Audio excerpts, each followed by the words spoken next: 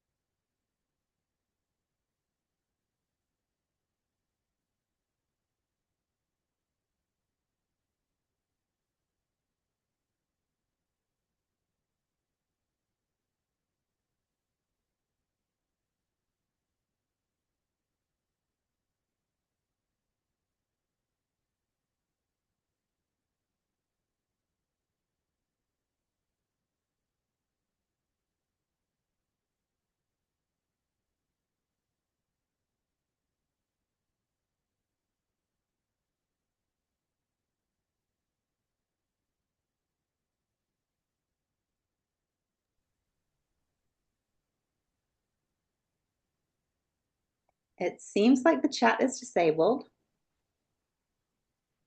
Oh no, really?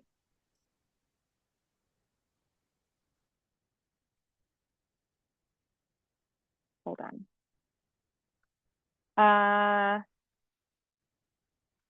Let's see. If you click everyone, does it work?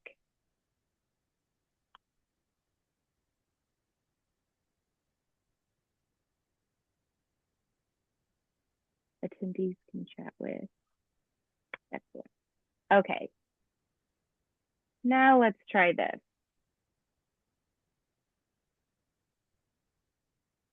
Oh, there we go. Now the chat's working. So sorry, everyone.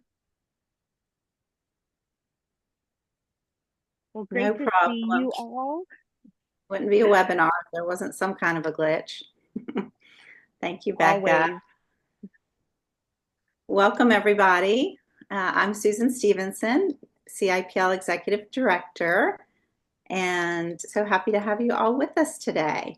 Right now we're introducing ourselves in the chat. If you'd like to, please add your name, your location, the ancestral land you're on, the native land that you're on, if you know it, and your congregation or organization, if you have one. And just for fun, let us know your favorite tree.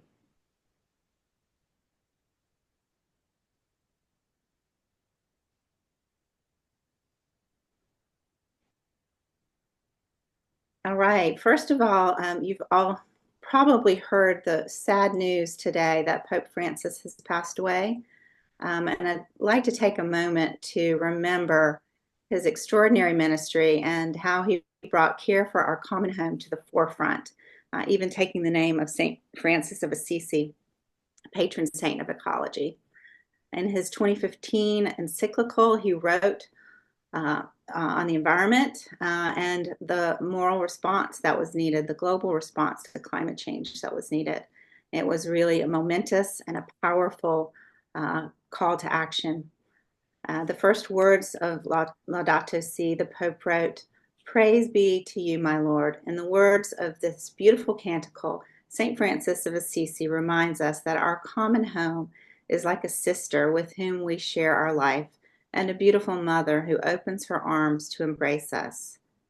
Praise be to you, my Lord, through our sister, Mother Earth, who sustains us and governs us, and who produces various fruit with colored flowers and herbs. I'd like to take just a moment of silence in gratitude for Pope Francis and all that he did to lift up care for creation and for the poor.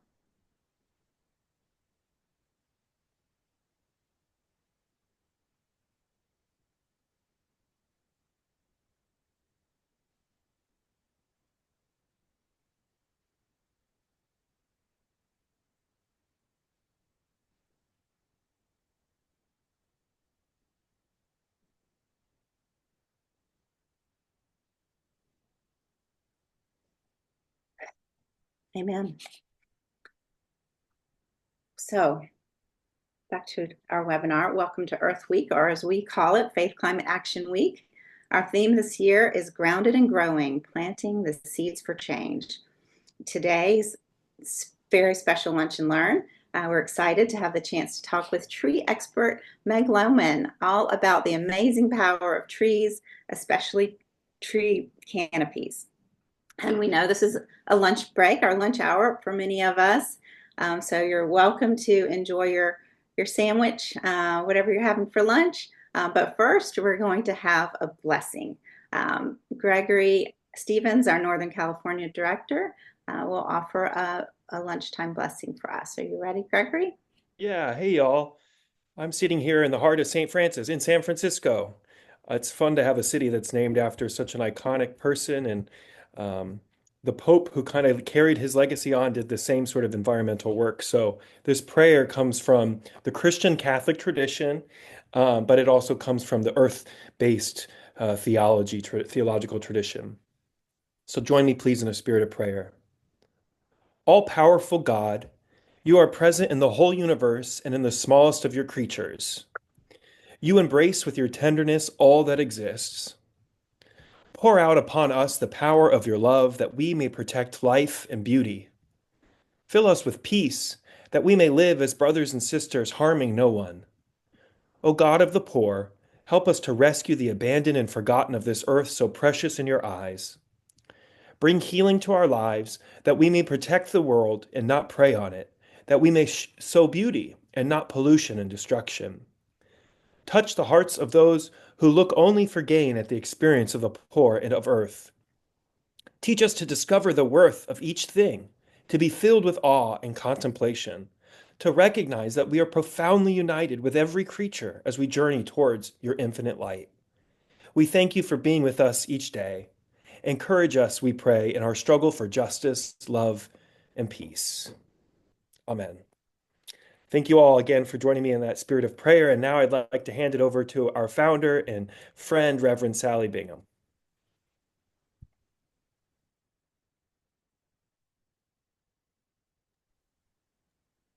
Okay, I'm unmuted. Thank you, Greg. That was beautiful. It is a real pleasure to see Meg on the screen in front of me and to have this honor of introducing her. And I'm not going to do the kind of introduction that people do where they stand in front of you and they start reading where she went to school, who her friends are, all the awards that she's won, how many parking tickets has she gotten. I'm not going to do that. I want you to know something about the really glorious character of this woman. She has accomplished a tremendous amount. She's discovered, I think you call it a new continent up in the trees where she's found species that we have never ever seen before. But just for a touch of how remarkable and fun Meg Lowman is to be around, I met her once because we both served on a board here in San Francisco. And the next time I saw her, it was at a gala event, and she was dressed like a butterfly with big wings hanging from the back of her dress. And that's just so you know that this is a unique person. When I was in Florida and she and I were invited to a bring something to eat party, Meg made a bird's nest. And I promise you, it was quinoa in a circle with quail eggs in the middle of it. And we took it with us to the party, and everybody ate all of it. And this is, again, a sign of the uniqueness of the woman that you're about to hear from. And enjoy it because it's a wonderful story and she's done amazing work. So, Meg, it's your turn now. Oh, thank you, Sally, my sister of the earth. I'm just so honored to have you introduce me. And I'm going to quickly go to slide share if I can and make sure that you can see the slides. And if you can't, I want you to scream and yell at me because I do have things I want to share with you, and I'm really excited about that. So today, I thought it would be great to talk about one case study in particular where I've been working for almost 20 years and kind of use this as a context for how religion and science can work together. And by means of an introduction, oops, I've got to find out how I can advance my slides. First of all, let's make sure we got the right thing here. Let's see, because nothing was focusing, but let's try this. Let me just see. Ooh, come back here.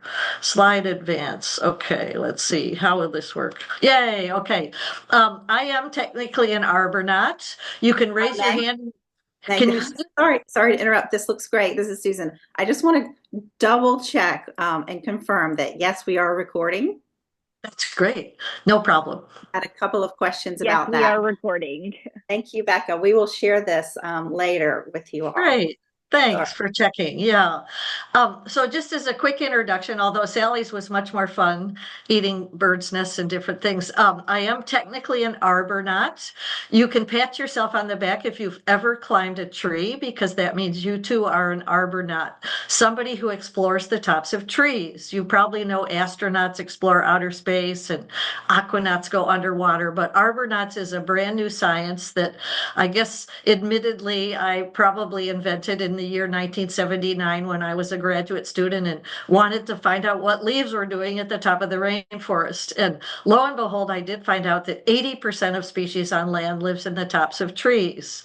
But in traveling around the globe to study these amazing creatures in trees, I found out that conservation is so inequitable. There are so many countries that can't afford to save their trees, and they also get exploited by first world countries. So I wanted to just focus on that a little bit. I've worked in India a long time where there are 100,000 sacred forests plus, and I've worked in Ethiopia where there are at least 25,000. And that means I've had a lot of years up in a tree, and I've certainly met a lot of creatures and a lot of people. And most of it is absolutely based on developing local trust. I can't say enough about that. And in basing your career on developing local trust, I have to say that it was very tough being a woman in my field of tree climbing, but having children, number one, kept me having a sense of wonder, and number two was always a really good thing in villages in places like Ethiopia to share with the women my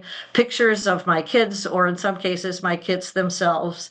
And of course, doing expeditions with the mostly male dominant world of field biology, it was also questionable because I had to prove myself by climbing trees extra fast and doing things a little bit better and a little bit tougher. But at the end game, again, I think it's a great career for women because we're all building local trust in order to save forests. And that kind of leads me to the context for today. I've been a scientist for over 45 years, as you saw, and we get rewarded by publications. People brag about 200 publications in their resume or attending 50 conferences last year, and then you get a bigger salary or you get promoted to a deanship. And quite honestly, I have never been promoted for saving an acre of forest or discovering a new bug. All of my bosses have said, well, that doesn't count. That's just something fun along the way. So I do think we need to look hard as scientists and as citizens. How can we reward conservation a little bit differently from the way academics is structured? So that's just an underpinning for everything you should think about after this webinar, not just today.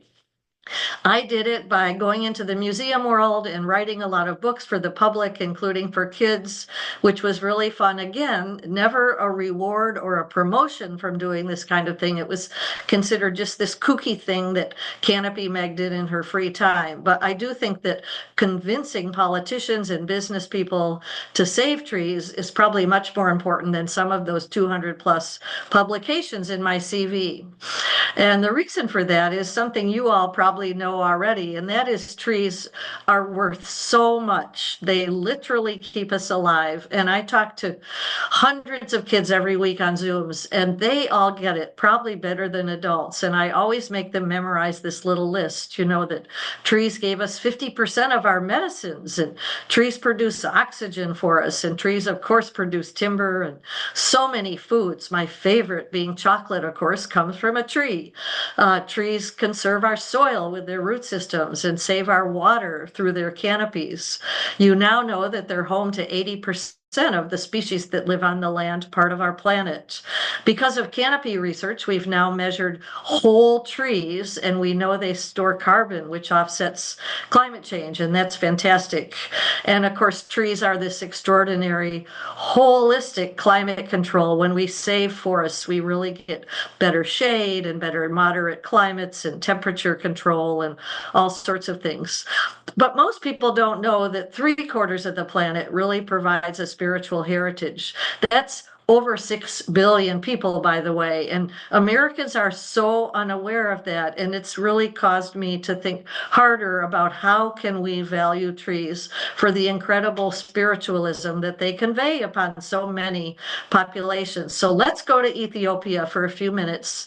This is a country that really values her trees, but unfortunately, so many of them have been cleared, and the country is, of course, on the front edge of climate change with the hotter, drier conditions in Africa, and they have no advanced agricultural practices, no, for the most part, no water pipes or irrigation. They have no tractors. They do everything by hand. So they have to clear so much. And the last remaining trees are these, what I call church forests, because they surround the Coptic or Christian Orthodox Church in Ethiopia.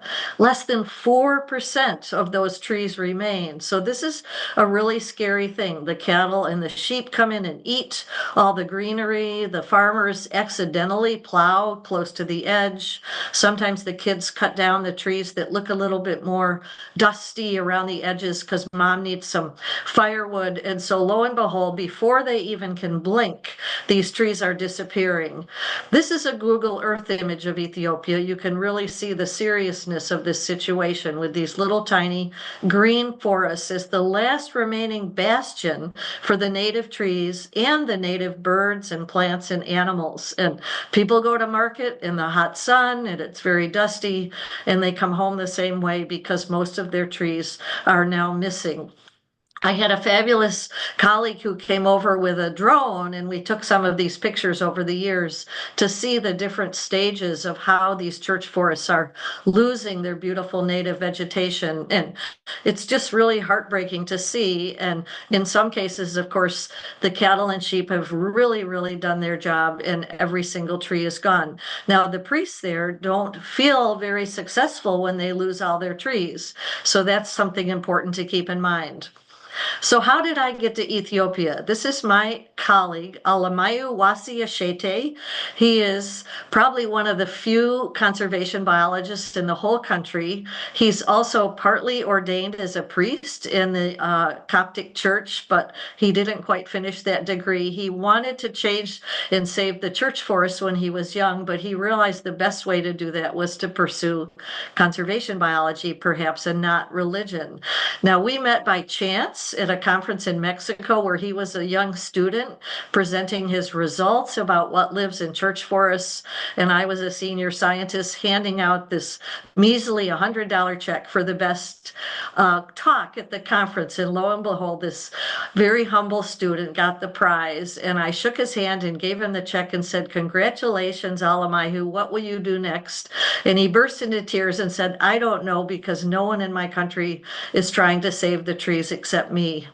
So I guess you know the answer to that story. Well, I took him to dinner. I bought him a ticket to Florida, where I was a professor. And lo and behold, we became brother and sister and colleagues for life. And so now I've been going there once a year, sometimes twice, meeting the priests, really developing local trust, and through Alamihu's eyes, figuring out how in the heck we can help save these last remaining trees. Here's one of the local priests explaining to me that this beautiful prunus tree used to be in his churchyard, but now the farmer has accidentally plowed so much of it that nothing much is left anymore.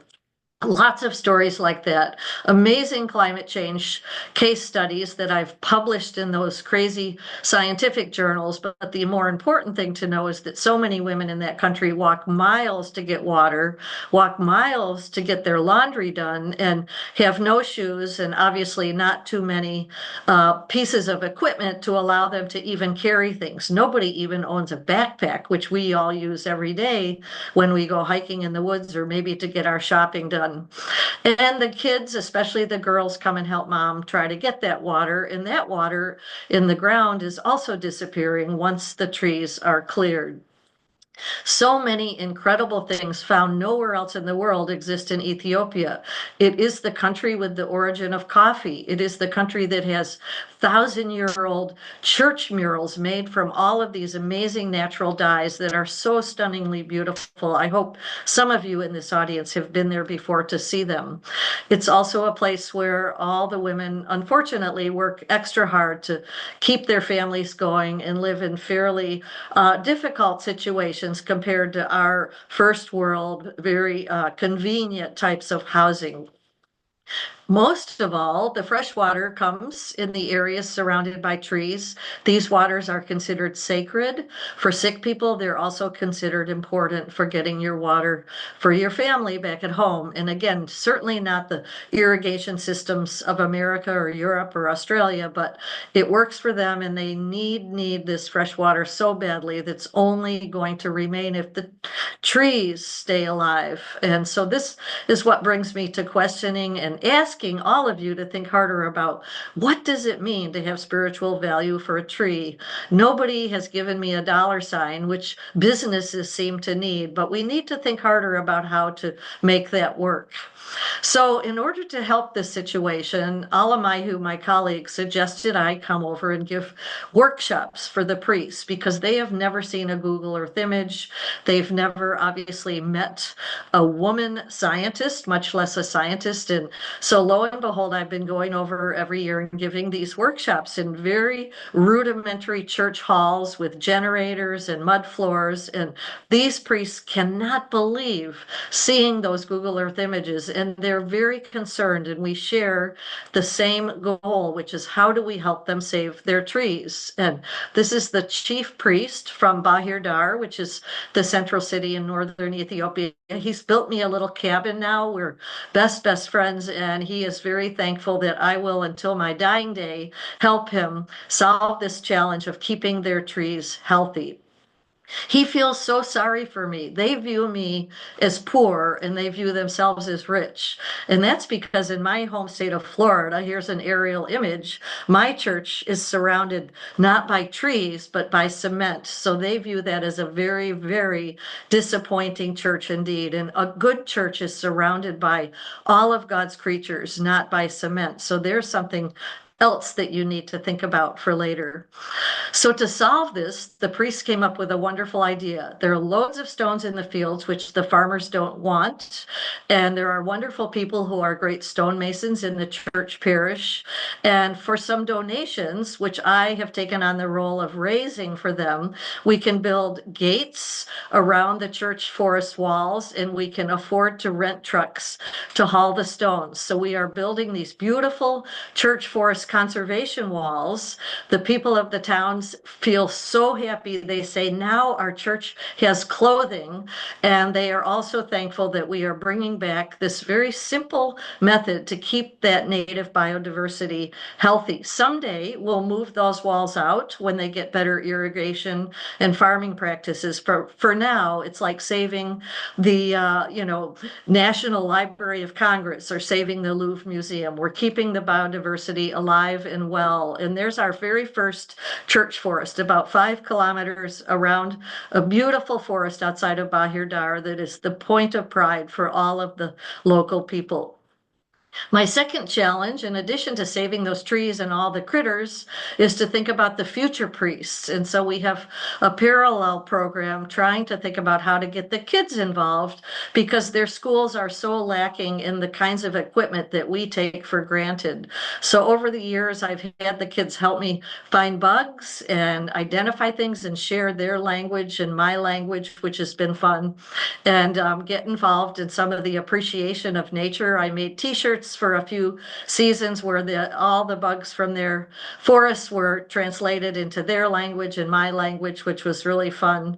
But maybe most important, I co-authored a book with one of my Ethiopian colleagues in their language. And every time you buy one on Amazon.com for $20 in English, you're actually donating $10, where we print one in Amharic, their language, and we hand those out to kids. And I can promise you the most beautiful, special thing I have ever done in my life, besides giving birth to 2 children, is to hand out a book to kids that have never owned a book before in their whole life. And we need to do more of this because they need to see their own trees in their own language. We can't just go over there and tell them, oh, your trees are important. Let's try to help you save them. So that is the moral of the story here. I am trying to save older native trees first. People love to plant trees, nothing wrong with that, but I just want to warn you that most biodiversity can't live in seedlings. And the big trees are like big condominiums, full of life and full of carbon storage and full of oxygen production. And just as a little aside, the government of Ethiopia in 2019 made a tree planting day. They grew up 352 million seedlings. They got in the Guinness Book of Record, and everybody had the day off from work to plant trees all over the country. Less than 10 million are still alive. And as most of you know, if you plant a tree, you have to water it. You have to protect it from enemies. You have to protect it from getting run over or squished. So not too many people and not too many of these carbon storage and saving programs look after the trees after we plant them. So do join me in trying to save the bigger trees first and use seedlings as a last resort for our conservation programs. We now have over 100 forests walled off in Ethiopia, which is fantastic. We have all of these villagers who come together every year and celebrate the fact that their church has clothing, which they love, and it's been a really fantastic story. And to finish, I just want to spend 5 minutes on how in the heck we can expand or ramp up some of these programs to help trees in other countries that don't have as much conservation opportunity as Canada or the US or Europe.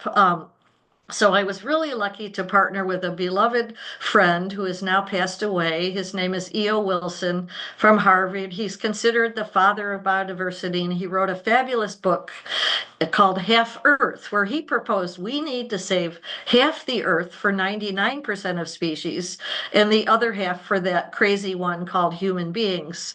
But I said, Ed, you know what? What if we save the half that has no species on it? So we put our heads together and created a chapter in his book where we interviewed about 20 scientists to come up with the most important, highest biodiversity ecosystems left on the planet. So I took Ed's list in his book, which I helped create with him, and picked out the 10 biggest and most important forest ecosystems and created a program called Mission Green. So Mission Green is to raise $10 million to build 10 treetop walks in the 10 most highly endangered, highly biodiverse forests listed in Ed's book.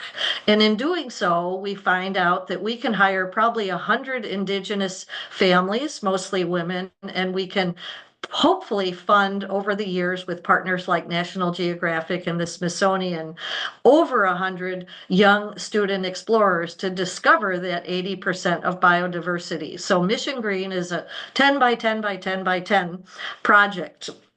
And to do that, here are the 10 forests in Ed's book, and just a little update on where we stand with Mission Green, because in each case, we're donating these canopy walkways to the community. We raise the money, we bring the builders, we bring the hardware, and we give them the walkway so they in turn can make sustainable income from ecotourism. We have one up in California, you'll be happy to know, because the redwoods are one of the most special forests on the planet. We have one here in my home state of Florida, because the subtropical forests here are almost gone, no thanks to tourism in this case. We have one in the Amazon that is totally funded, but we're going to just give a little bit more funding this year to be training more women and more guides, because the Amazon jungle is such a complex forest to interpret for ecotourism. We have a plan and a design completed for the Great Smoky Mountains in partnership with the Cherokee Tribal Council, who is very, very excited to make sure their children and their elders keep a relationship with forests. And I don't know if you knew this, but the Great Smokies is the highest biodiversity forest in all of North America, which is why it was really important on Ed Wilson's list.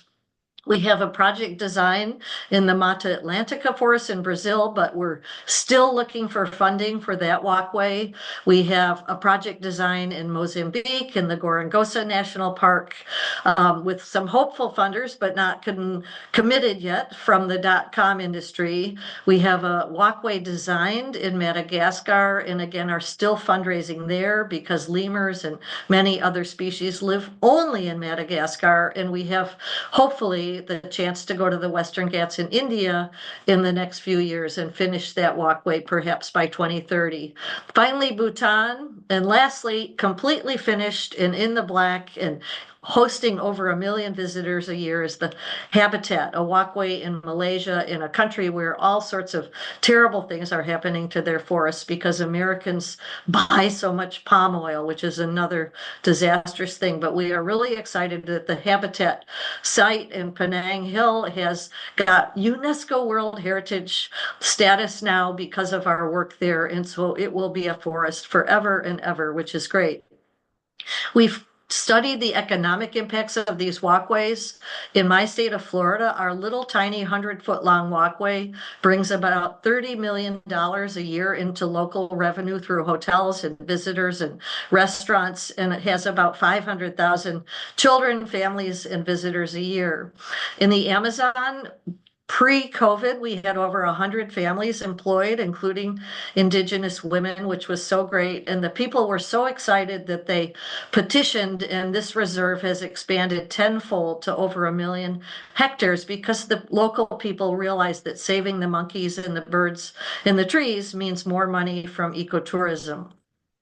And finally, that walkway in Malaysia, which is totally finished and in the black, as I mentioned, because we studied the biodiversity there and built a fabulous walkway, we were able to apply for UNESCO status for this forest that is within a couple miles of 2.5 million people living in Penang, Malaysia. So it's a fabulous opportunity to teach everybody about the value of trees.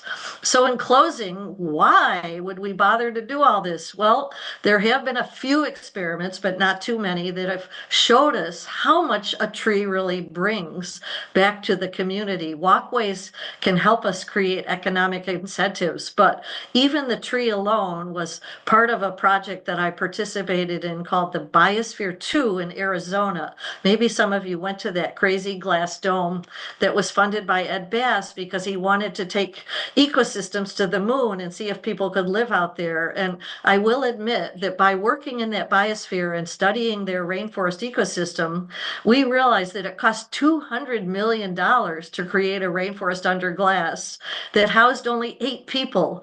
But our Biosphere 1, planet Earth, has a value of something like almost $60 trillion per year to hold 7 billion people in some state of health, not always the greatest, but we have this amazing planet with her ecosystems. If we would only leave these forests alone and let them grow and thrive, it will keep us healthy as well. So I want to just circle back and say I'm still looking for the value of prayer so that we can share that with businesses, because then maybe they would fund these canopy walkways for me and help us save forests in some of these countries that can't afford to do it themselves.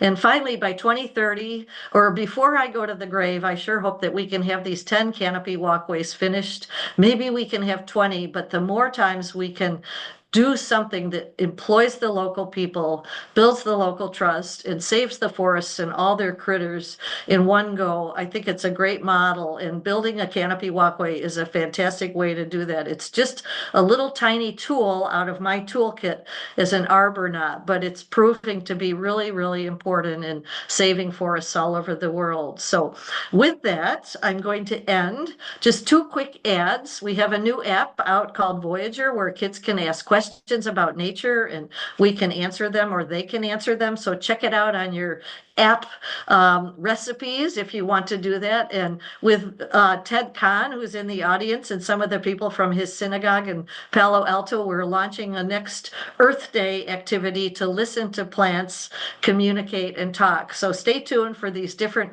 things that we hope to do. But meanwhile, save big trees. And with that, I will stop sharing and turn it back to Susan so she can take charge of the questions. Thanks for keeping up with me. Thank you, Meg. That was amazing. All those pictures are wonderful. I'm especially impressed by the Ethiopian tree forests, and just stunning. And also the fact that the priests there are concerned about us and our church is surrounded by cement. It is amazing. Yeah. So true. We do have some good news there. We have a program just starting called Our Sacred Canopy, where we're offering free trees to congregations that are in low canopy cover areas. So Becca might want to share. I think she shared it in the chat there, or Gregory has. Thank you. So we're getting some good questions. If you haven't had a chance to ask a question yet, please look at that little Q&A button at the bottom of the screen and put your question in there. We do have a question. I'll just quickly following on your comment about the spiritual significance of trees. Peyton Ho, if I'm pronouncing that right, asks, what practices and rituals do you find, Meg, that are most meaningful for yourself or as observed in your collaboration with spiritual communities to nurture a deepened understanding and spiritual engagement with trees?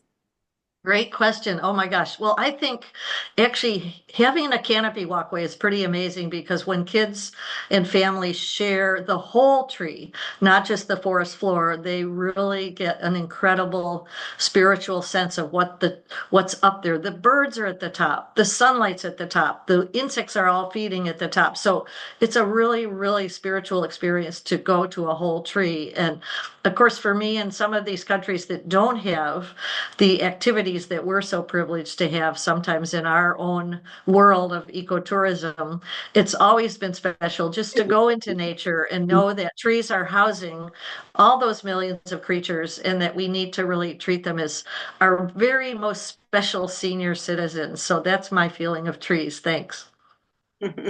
Thank you. Don Mariska has put some amazing comments and questions in here. And first of all, it says Don says he's planted 490 trees with his church and also the Rotary clubs. And he's wondering if you've worked with the Rotary clubs at all in any of your projects, and do you think they would be a good partner? I have, and I love that idea. And of course, I wished I had 36 hours for every day so that I could meet with every Rotary Club. But Rotary helped me create a library in the Amazon. They helped me create a little medical outpost. They have offered to help me stain the walkway in Florida, which would be great. It just takes a lot of little connecting the dots, and people, we have to get the permits and we have to get the paint and we have to get the this and that. But I think all those types of volunteer activities are so important and so special. And I think the more we can engage people in ways like that, I hope if you're part of Rotary or part of any groups, maybe you share my information, treefoundation.org, and have them think about walkways near them, or maybe they want to, reach out to help us with some of the different projects around the world. I would so welcome that. So thanks for asking. I love that we have a walkway completed in California, in Eureka. Can anybody go and visit that? Anybody. It's at the zoo. It's on the edge of the zoo. It's a baby redwood forest. It's only 100 years old, meaning the trees are about 150 feet tall. So they have more growing, but that's about as good as you can get for a walkway, I think, to be that tall. Ah, amazing. That reminds me of a question I have about redwood forests. Is it true that they are the best carbon sinks of all forests because the redwoods are so big and old, or are there other forests that are more powerful carbon sinks?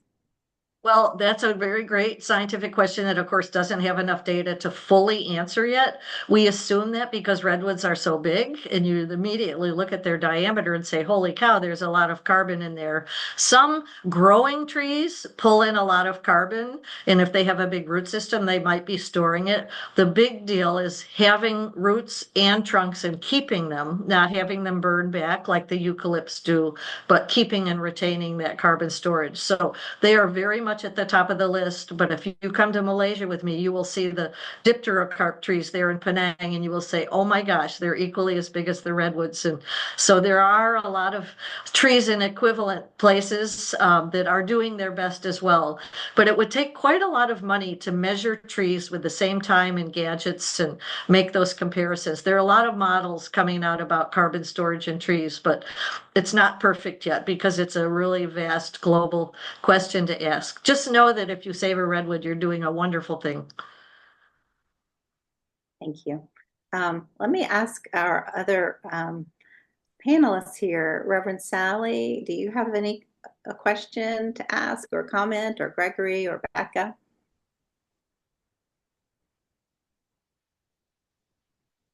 Yeah, I'm interested in this question that's also in the chat from Lucia. It says, how about protecting trees in urban environments? Especially with gentrification, we're losing many old trees in my neighborhood, she writes, or they write.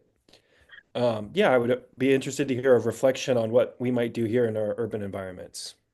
Fabulous question, and thanks for bringing that up. Yes, I was on the Urban Tree Council for San Francisco when I lived out in your neck of the woods, and it was such an important issue. And a lot of people, had heated discussion about keeping the eucalypts, which are not native, versus keeping the native. So that's a whole different discussion. But we need urban trees. They lend so much health and they lend so much happiness. And I think they're really great for kids and families. They lend oxygen. They are homes for birds and native insects for your neighborhood. So anything you can do to keep local trees is fantastic. And they obviously save money for people. In Florida here, they save millions of dollars on air conditioning, and they ameliorate some of our hurricane damage by protecting buildings. So they're also a very big economic force in urban areas. So the more we can look after trees where people see them, that's a really important thing to do. So thanks for bringing that up. We also had a question about, I don't know if you're familiar with this, Meg, but there's been a lot of concern about overgrown forests, possibly and lack of controlled burns, possibly contributing to these gigantic wildfires we've had. Is it true, Mark is asking, that we need the old growth trees to store carbon more, and that they store carbon more quickly than the overgrown understory? And where is the documented science on this? I think Mark is concerned about the thinning of trees, of forests. Is that problematic for Yeah, forests? great question. And it needs a 3-hour answer, but I'll do my best. Two things are happening in California. One is eucalypts. I was Australian and worked and lived in Australia for many years, where the eucalypt trees produce volatile oils. They have to burn to release their seeds. So their whole evolution is based on producing oils in their leaves and their bark that burn. So when people plant eucalypts, as they have done in California so much, it's like putting a pile of oily rags next to your house. And so they're very easy to catch fire and make big hot burns. So number one, you're suffering a problem from planting a fire-prone species.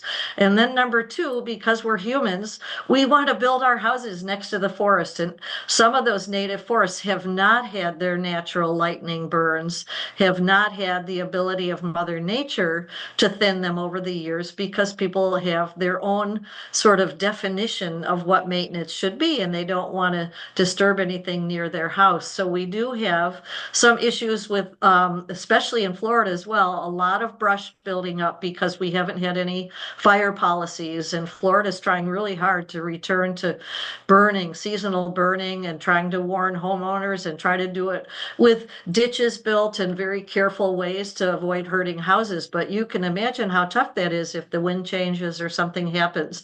So we're trying to manage fire and forests and humans in an environment where the humans have really and seriously built too close to the forests with their natural habits. Not a good answer. I'm sorry that I can't give you a magic wand, but we all need to know that we are a little bit at risk when we have our lifestyle really close to places that need some occasional fire. Yeah, it's a tough issue. I've heard that the types of eucalyptus that were brought here that are, invasive all over California were actually brought by mistake from Australia. They were meant to be timber trees, but they didn't work. It didn't work out Oh that way. gosh, a lot of history there. We have the similar in Florida. We have the Australian pine here, and it was meant to, keep the beaches solidify the sand, and all they do is just topple over the minute a little wind starts to blow. Wow. Well, we are getting to the end of our time. It's gone so fast. People have such great questions. Let me just get one more in here, and then we'll let people go and get on with their day and their lunch hour. We had a question about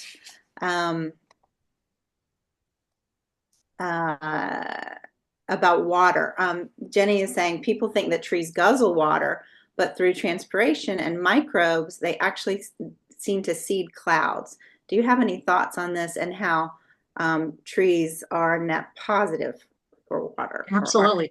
There are many publications showing how forests are incredible cloud producers. And the Amazon, of course, is the last biggest forest on Earth. And that's really fueling our rainfall patterns all across North America, which is so fantastic. And trees do take up water. Some trees take up much more. And eucalypts, unfortunately, take up a whole lot more water in Ethiopia, for example, as compared to the native trees, which is very upsetting after the people have planted them by mistake.